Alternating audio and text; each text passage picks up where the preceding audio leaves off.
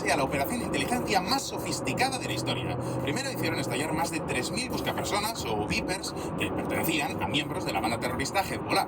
Este ataque dejó más de 2.700 heridos y 12 muertos, pero es que horas después vino la segunda ola, la explosión de los walkie-talkies y otros dispositivos electrónicos que han dejado 450 heridos y 20 muertos. A estas alturas seguro que todos conocéis la noticia, pero lo realmente importante es cómo encaja todo esto en la historia de Israel. El ministro de Defensa, Yoav Gallant, dice que la atención de Israel se ha trasladado al frente norte. Desde el 7 de octubre, Israel tenía dos frentes abiertos, uno en el sur, en Gaza, y otro en el norte, en Líbano. La guerra de Gaza era la misión más fácil, todos sabíamos que Israel arrasaría con Hamas, pero ¿qué pasa con Hezbollah? Hablamos del grupo terrorista más poderoso del mundo. Tienen más armas que el propio ejército de Líbano. Así que durante casi un año, Israel ha estado posponiendo la guerra contra Hezbollah hasta ahora. El ataque de los walkie-talkies marca el principio de una nueva guerra, o una nueva fase de la guerra que empezó el 7 de octubre. Y como vamos a ver ahora, esta puede ser la última gran guerra de Israel, la definitiva, el fin de todos los conflictos eternos de Israel con sus vecinos. ¿Por qué?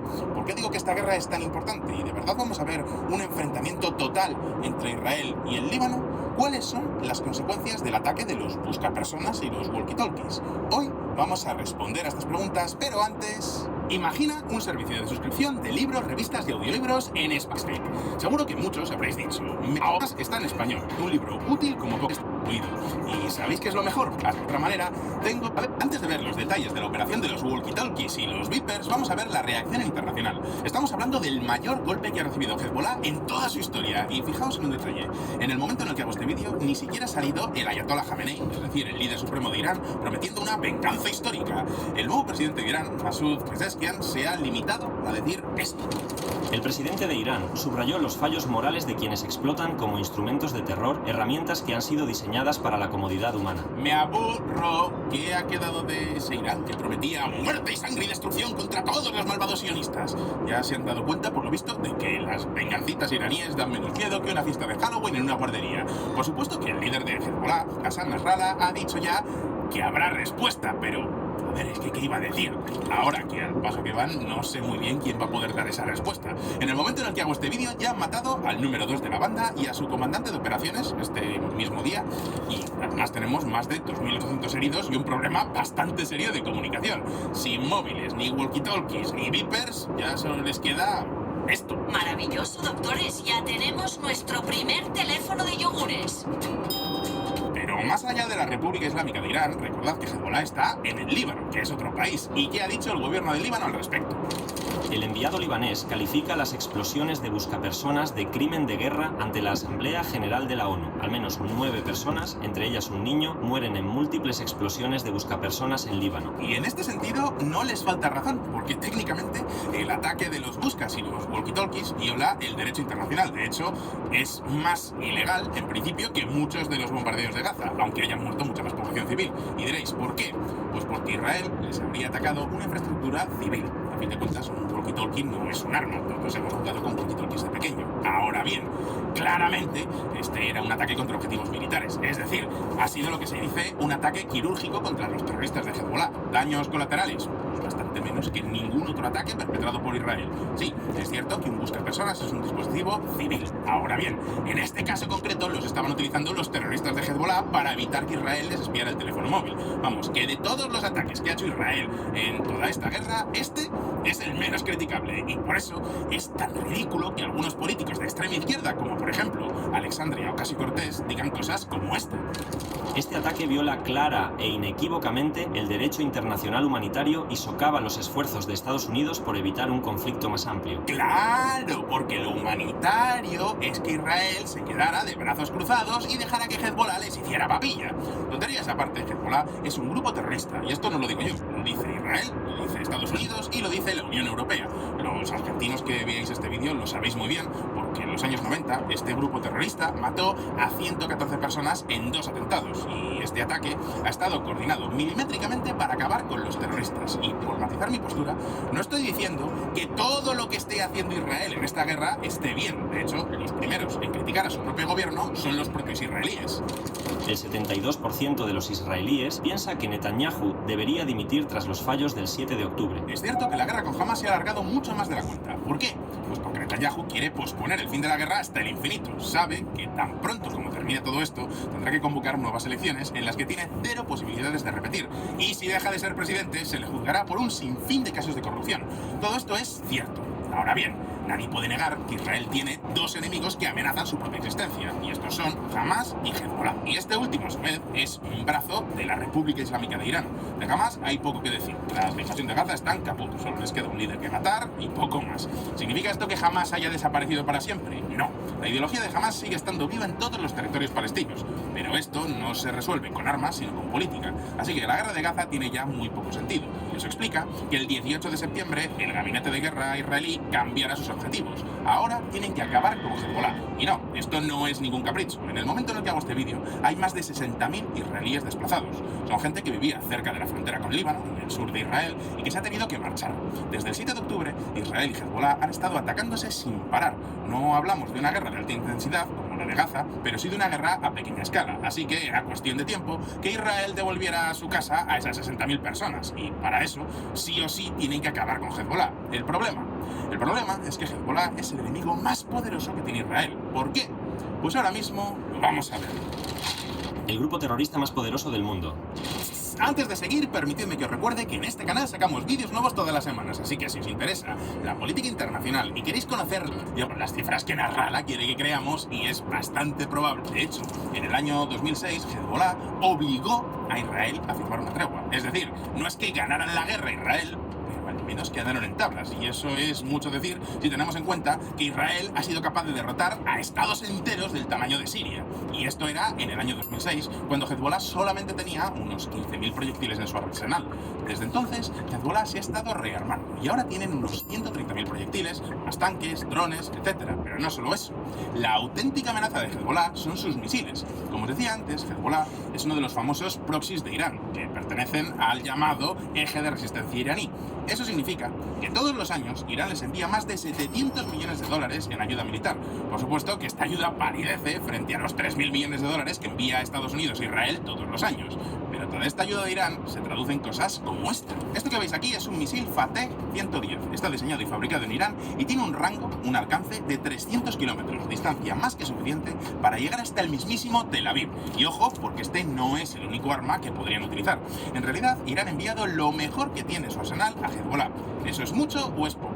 Pues mirad los ataques continuos que hace Rusia a ciudades ucranianas y os podéis hacer una idea. Porque sí, muchos de los misiles que está utilizando Putin en estos momentos para castigar a los ucranianos también tienen la etiqueta Made in Irán. Ahora bien, ¿significa esto que Tel Aviv o Jerusalén estén condenadas a sufrir ataques desde Líbano?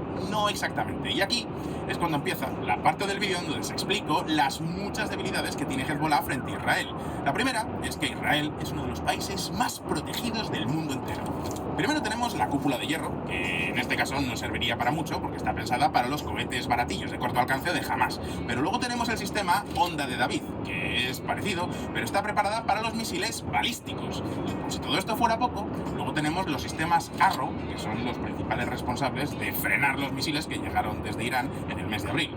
Algunos podrían interceptar misiles que lleguen incluso desde fuera de la atmósfera. Y finalmente tenemos los clásicos sistemas Patriot, cortesía de los USA. Con todo esto, ¿puede Hezbollah armar un buen desaguisado en Israel? Pues hombre, por poder puede, pero tendría que gastar casi todo su arsenal para un solo ataque que tuviera que saturar todas estas defensas. Hasta ahora no lo han hecho. La pregunta es, ¿lo harán ahora? Pues ahora mismo lo vamos a ver. El brazo político de Hezbollah.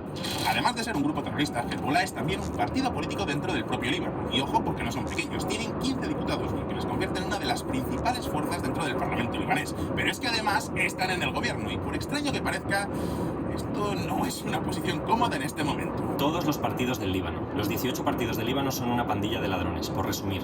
Líbano está viviendo la peor crisis económica de su historia, y esto no es poco decir si tenemos en cuenta que hace unas pocas décadas estuvieron en plena guerra civil.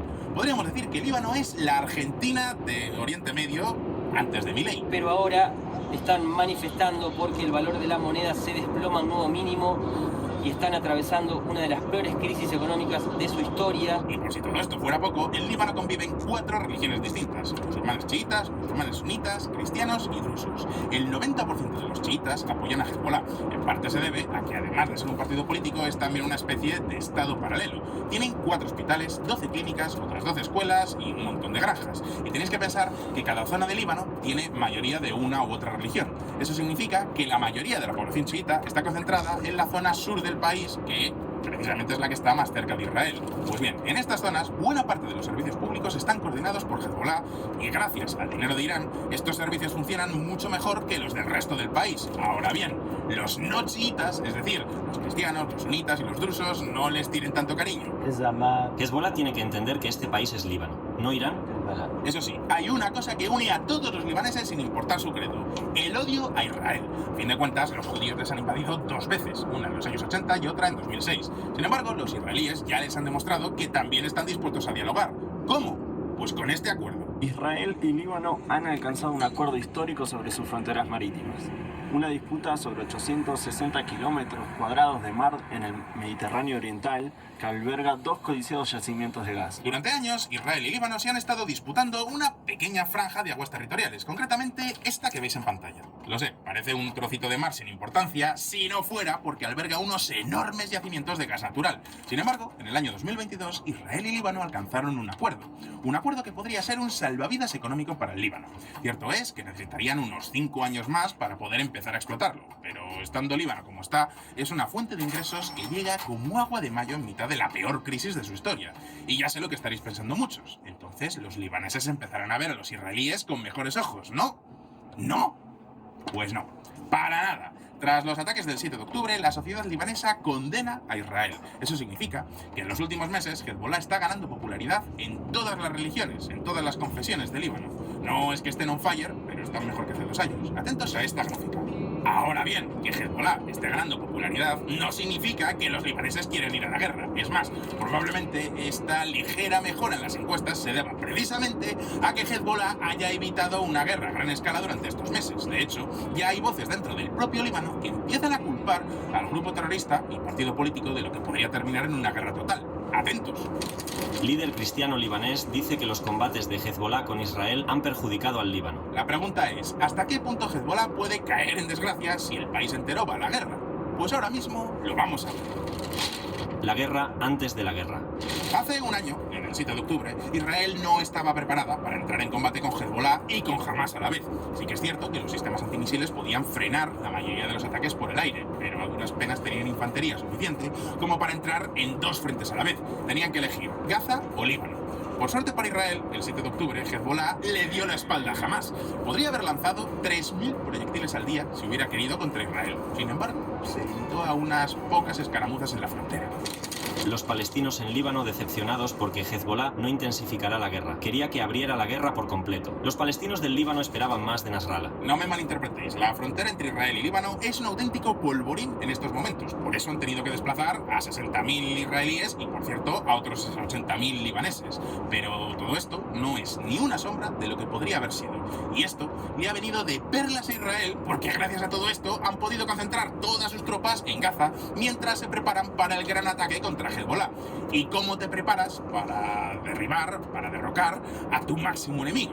Durante meses, Estados Unidos ha estado presionando a Israel para que lleguen a una solución negociada. Es decir, que ni siquiera Washington pensaba que fuera posible acabar con Hezbollah sin un baño de sangre. Sin embargo, Israel ha optado por otra opción: debilitarles poco a poco con ataques de precisión. Ataques como este. Aviones de combate de Israel atacaron una infraestructura de Hezbollah en la región de Eita al-Shab, una posición de lanzamiento antitanque de la organización en la región de Marus al-Ras. Una de las grandes debilidades de Israel es que tienen un ejército de tierra relativamente pequeño, y de ahí viene su gran fortaleza, la fuerza aérea.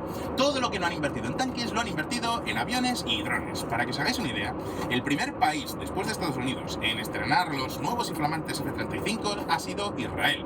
Y, por ejemplo, mientras Ucrania tiene ahora mismo unos los 10 F-16, y todo el mundo habla de ellos, Israel tiene más de 300 y además del último modelo. Y toda esta fuerza aérea no solo sirve para bombardear ciudades, también sirve para eliminar a personas clave. Yo no sé vosotros, pero a mí me sigue pareciendo increíble la idea de matar a una persona concreta con nombre y apellidos con un misil que lo lanzas desde el aire a no sé cuántos kilómetros de distancia. En cualquier caso, ¿cuál diréis que ha sido la respuesta de Hezbollah o de Irán a todos estos ataques? Pues nada, la pregunta es, ¿por qué? ¿Por qué Irán y Hezbollah no han respondido a estos ataques?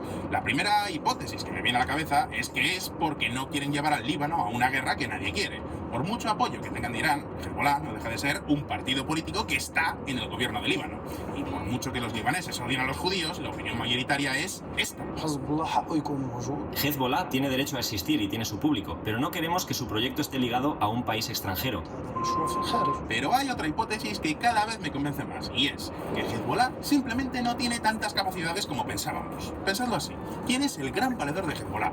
Irán. Y como ya os he contado en varios vídeos, Irán está en una crisis existencial. Tanto Israel como Estados Unidos han matado a varios de sus líderes desde el año 2020. Han llegado a lanzar misiles al mismísimo Teherán. En todos estos casos, el ayatollah ha jurado venganzas terribles, pero todo se ha quedado en vengancitas, o como os decía en otro vídeo, en ataques más falsos que el pressing catch.